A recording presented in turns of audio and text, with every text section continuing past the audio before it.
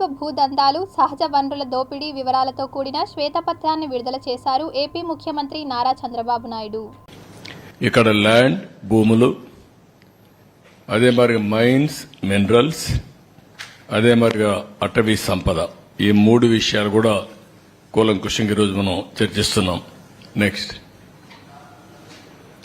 ఇక్కడ చూస్తే ఒక వినూత్నమైన పందా ఎంపిక చేసుకున్నారు నేరస్తులు, అందులో కూడా ఆర్థిక ఉగ్రవాదులు. ఎలాంటి పందాన్ని ఎంపిక చేసుకుంటారనుకోనికి ఇది ఒక ఉదాహరణ. ఇవన్నీ కూడా మీరు చూస్తే ఒక పక్క పట్టణ ప్రాంతాల్లో ఉండే భూములు, నేను ఎగ్జాంపుల్ మాత్రం ఇస్తున్నా, ఇంకా చాలా ఉన్నాయి.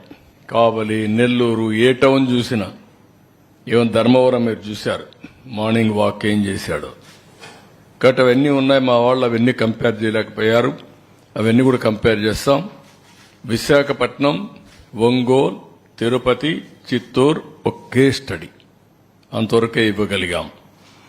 అదే మరి కొత్తగా ఒక మెథడ్ ఎస్టాబ్లిష్ చేశారు.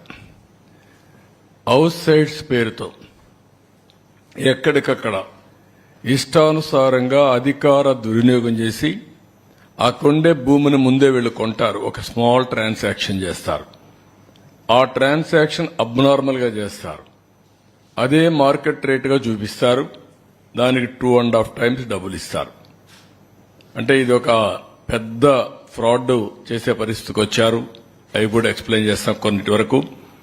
ఇంకొక పక్కన వీళ్ళ ఆఫీసులకి ఇచ్చేటప్పుడు అన్ని ఆఫీసులకి ఇవ్వాలి. ఇక్కడుండే మీడియాకు కూడా మీకు కూడా ఎస్టాబ్లిష్ చేయలేకపోయారు. 22 ఆఫీసులు, 41 ఎకరా, ఎక్కడికక్కడ ఒక అడ్వాన్స్ ప్యాలెస్లు కట్టేసే పరిస్థితికి వచ్చారు. ప్రజాస్వామ్యానికే గంతలు కట్టే పరిస్థితికి వచ్చారు. మీ అందరూ కూడా ఎవరు ఎక్స్పెక్ట్ చేయనటువంటి పరిణామం తీసుకొచ్చారు.